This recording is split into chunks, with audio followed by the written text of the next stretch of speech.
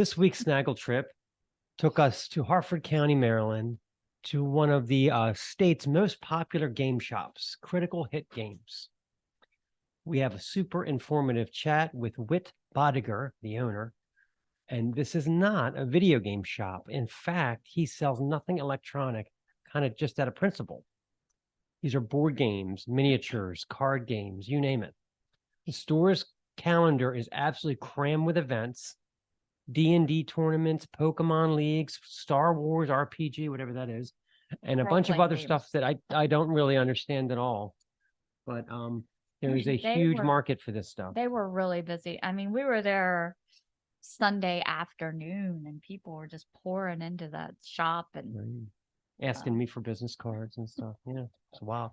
So anyway, so this is our Snaggle trip to Critical Hit Games. Okay, we are here with Whit Bodiger at Critical Hit, and he is going to tell us why this is possibly the coolest game store that you will find on the East Coast. Tell us about how you got started and how Critical Hit came to be. Let's see. Well, Critical Hit started, we opened around 2010. Okay. And I had grown up as a kid playing board games and stuff like that at my local game stores here in Harford County, actually. Grew up in Abingdon.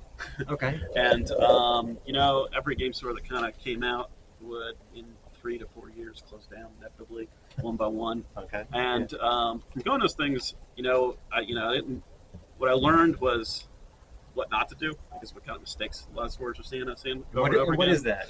A lot of places open up stores that are more like clubhouses, not businesses. Okay. They're just bad business practices, I guess, and they're like a place for have your friends come over. Oh, okay, yeah. And it's like, I know a lot of record stores that have the same thing. That's it. You go in there, it's like not clean, Yeah. things like that.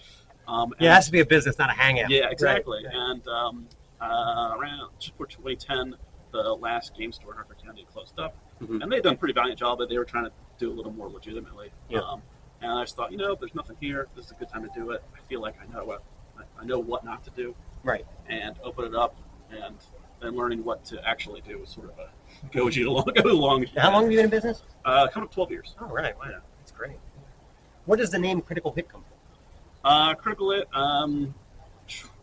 we were having a hard time coming up with a name for the business at the beginning. Okay. Yeah. And just sort of landed on something. And Critical Hit you'll see in like Dungeons and Dragons and other video games and card games and board games, like when you have like a big success. Okay. That's usually like you roll die, you get a 20, like big success.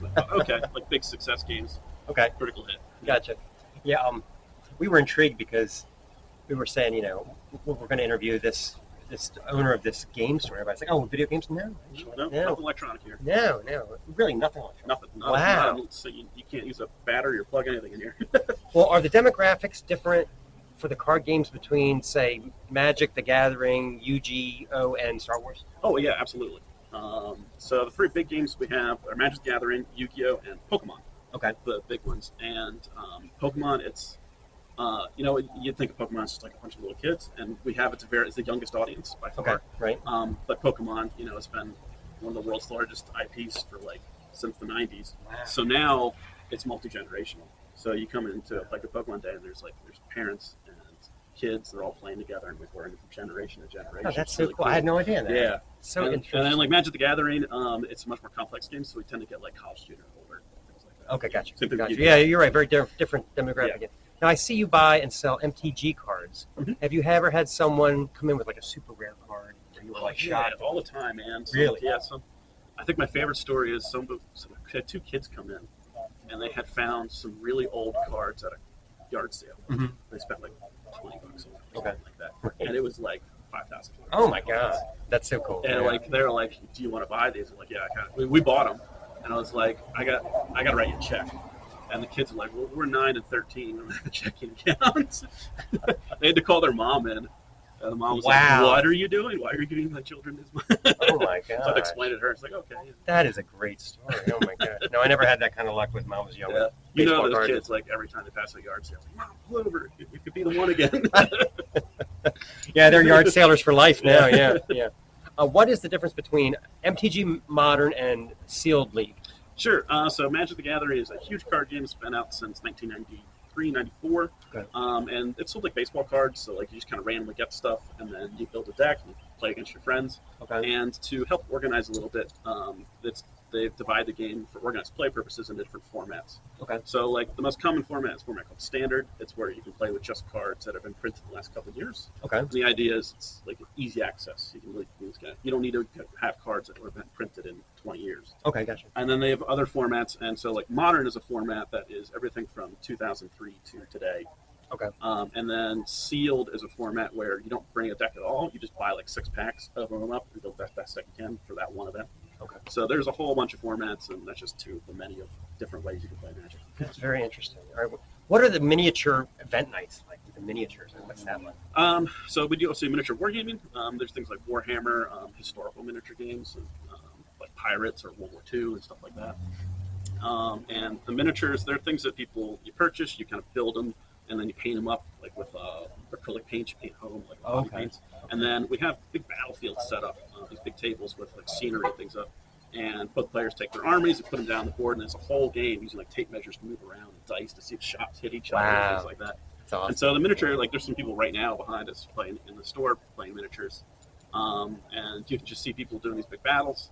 And then we also on Monday nights will do like painting classes, so like a painting workshop, so you can learn how. Yeah, to so paint. your calendar is just so full of Yeah, events. we That's really great. cram it up. Did that take years to develop, or like how? It did, yeah. The first day, open them up, and it's just, we didn't have anything on the calendar. It was just kind of getting to know the community and getting our name out there.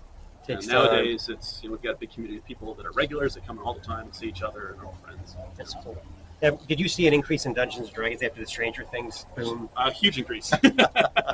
That show affected everything. Yeah, It's amazing. Yeah, it was big increase, especially that first season, which is so D&D focused. And another big influence is a YouTube channel called Critical Role, which is the D&D game for that a guy named Matt Mercer is a voice actor runs, and he has like celebrities come on.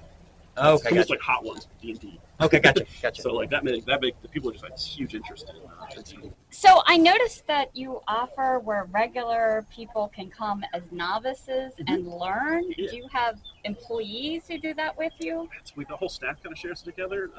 So everyone on the staff knows how to play most of the games in the store. There's some that are a little better card games or miniature games, but we schedule demo nights, and then I also have regulars who are just helpers, because they're just always excited to see new people, grow the community. So I have people who will just come out. We'll give them like discounts on products or something, just sort of payment for that. But they just want to do demos and help out. So yeah.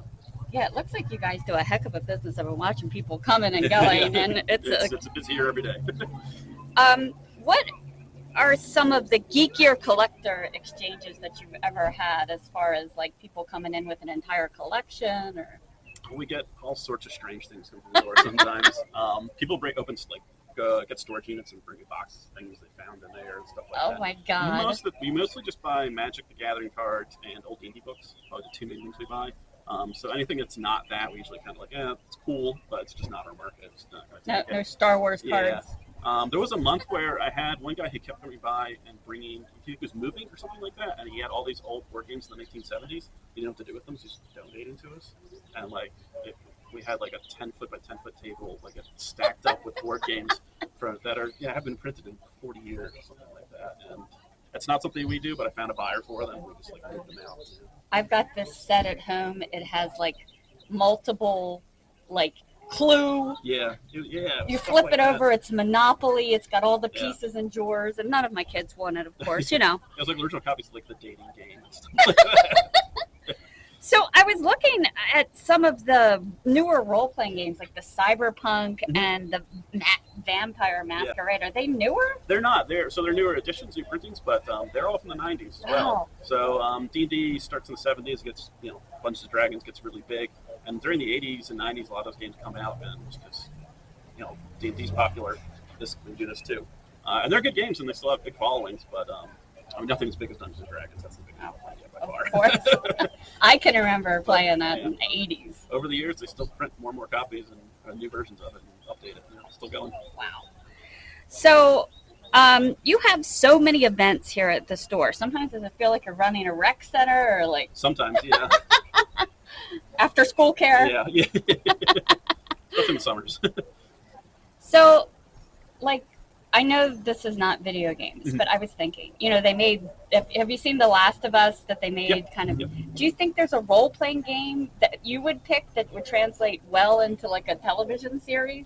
And it's a TV series. Yeah. I mean, they just made that Dungeons and Dragons movie that Yeah. was actually quite good, Yeah. surprisingly. So I feel like that would do really well. And then it's not a role playing game, but Magic the Gathering. It's a card game, but it's got like a really rich storyline that's barely been scratched by anybody. That I feel like that's definitely a good place for an IP. I should go on Shark Tank Yeah, and pitch something this for one. Netflix. approach, because they need new ideas. Sometimes it seems like it's the same shtick. So we were saying, maybe it would work. I think that would be great. So I was reading that you actually do demos here. If people want to try out a board game, is there any particular game that gets asked to try more than others? It's usually Pokemon, Magic Gathering, Dungeons and Dragons, and Warhammer. Are probably the 4 biggest that we get asked demos about. But we also just have open copies of games here. If people just want to come by and play a game, just like going to a public library, like to read a book, you can just come here and play a board game. Oh, that's There's awesome. tables for free, as long as there's space to sit, you're good. It's kind of like, checking out a game. Yeah. You got a lot of demo copies of tons of stuff. And I was intrigued by the Return to Hill House game. I'm only familiar with the show. Yeah, Betrayal, How does it work? Betrayal is one of the coolest board games I think I've ever played. Yeah? So the way it works is each player starts as sort of like almost like a Scooby-Doo adventure, going through a haunted house, and you just explore the haunted house as the game continues, and it kind of adds rooms. And at a certain point, the game will change, and someone unknown to the group will be revealed as like a serial killer or the betrayer or something like that. I love stuff And like that. the groups will then split into 2 separate rooms, and one will read the evil person will read the rules, like what's happening, and the other group will read and they'll tell you what the scenario is, and then they go back and play the rest of the game trying to escape the house from the player who's now the killer. Oh, I love it. That's even more exciting. I used to think Clue was exciting. And what's cool is there's 50 different scenarios. You never know what you get. So you can play that game for years and you'll never see the same thing twice. It's like a choose your own adventure. Yeah. I love it. Are you familiar with the Twitch channel, the social media channel? Twitch, Have you ever decided to maybe do a channel? We're looking at this. We just started a YouTube channel, and we started streaming some games of Magic the Gathering, mostly just as a test. We're still working to get our hardware set up and then working out how like a schedule for channel content, things like that. But it's coming down the line. I've seen so many things on that from we have artists that are broadcasting, live, and you can tip them. So, cool. Yeah. Maybe you can figure out some way, because there's so much on there. That's on our horizon. Awesome. Well, thank you so much for talking with us today. Well, that was fun. We had to tag team it. Yeah. We don't usually have to tag team it, but we had some childcare issues that came up, but So we had still to got it done. take turns interviewing and caring for said child. Yep, so. absolutely. So, but you'd never know it, would you? How good we are. And it was So, raining. Yeah, it was raining. Yeah, eventually we had to finally stop. We would have gone longer, but the roof started to drip on the laptop. That's not a good thing. We can't have that. So. This is the Snaggletooth Rock and Roll Podcast.